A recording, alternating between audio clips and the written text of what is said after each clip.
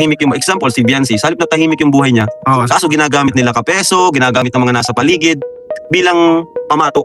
Yun ang pamato nila. Kaya ang balik, nasa kina Biancy, which is kawawa naman, di ba? Kasi totoo, kawawa.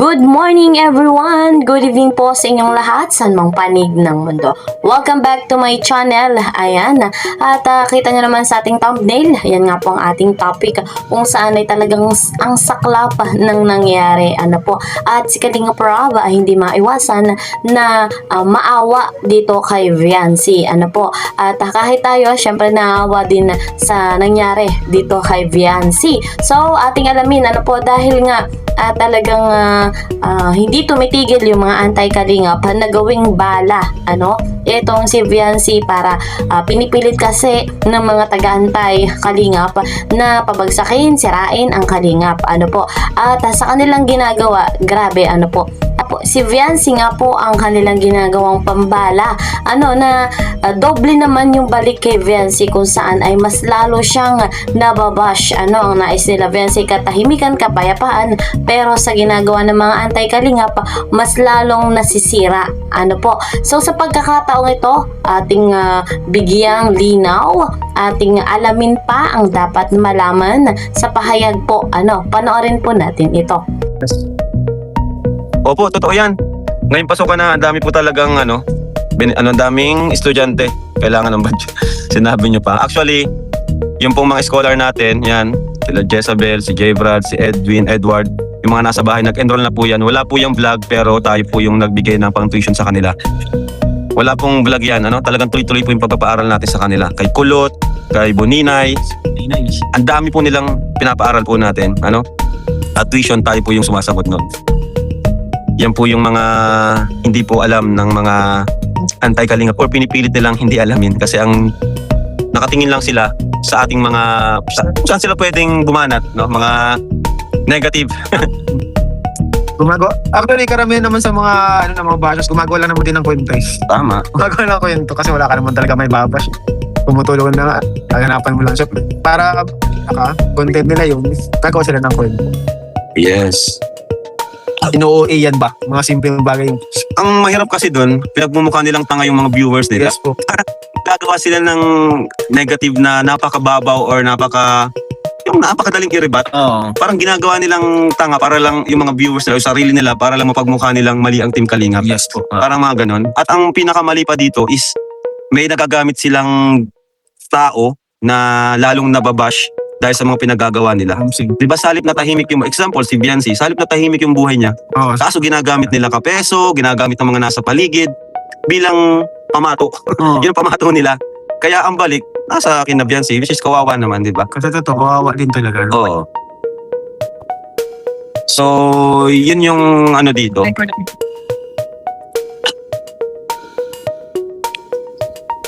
Mamaya po may field po tayo. Abangan nyo po yan. Pilot episode sa main channel. Ayun, grabe.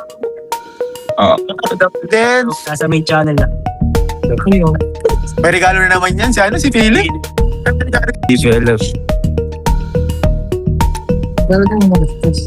Ayan, grabe ang mundo ngayon. Opo, basta tayo, focus tayo sa natin, sa mga beneficiaries natin, di ba? At kung sino yung nandyan, patuloy na nagtitiwala sa atin, di lang tayo. Kasi yung mga basher na yan, dati man ang dati ng basher po yan. Dati ng yan, or yung iba dyan, naging fanatic, tapos hindi nasunod yung gusto nila. Yan, Or yung iba, sponsor na talagang hindi rin nasunod yung gusto nila. May mga ganong sponsor po kasi na iba yung may ibang motibo sila sa pagtulong.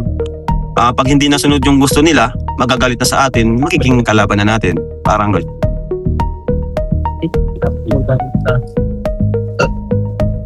Wow, can't wait for field then. Ayan. Yung si Randall sa simpleng dahilan. Yun na nga po, pinagmumukha nilang mga mababaw yung kanilang mga viewers para lang masabi na sila ay tama tas Kalingap yung mali. Which is napakababaw naman ng mga binibitawan nila against sa Kalingap. As in, sobrang babaw po. Si Kapesot, parang beneficiary nyo rin. Laki tulong sa Kalingap sa kanya.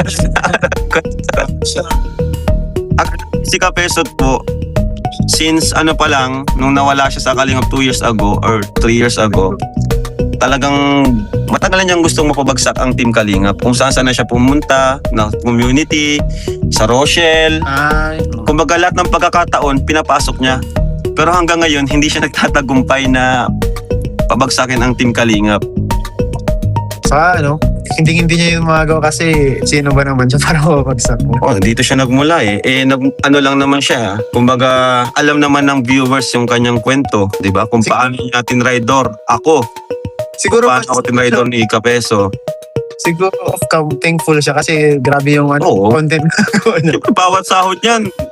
Yung sahod ni Ika Peso, nagmula naman yun sa pangbabatikos, pangbabalahura sa ibang tao, sa Team Kalingap. Yeah. Di ba? Paano ka magiging masaya na yung pinapakain mo sa mga anak mo ay nagmula sa pangbabatikos at pangbabalahura mo, pagsisinungaling, paggawa ng kwento, Oo. di ba? Kahit siguro yung anak nila, pag napanood yung ginagawa niya, hindi magiging proud sa kanya eh. Kaya ang hirap ng ganun. Hirap yung ganun. So ayun guys, mga Kalingap, credit nga po kay Kalingap Rob.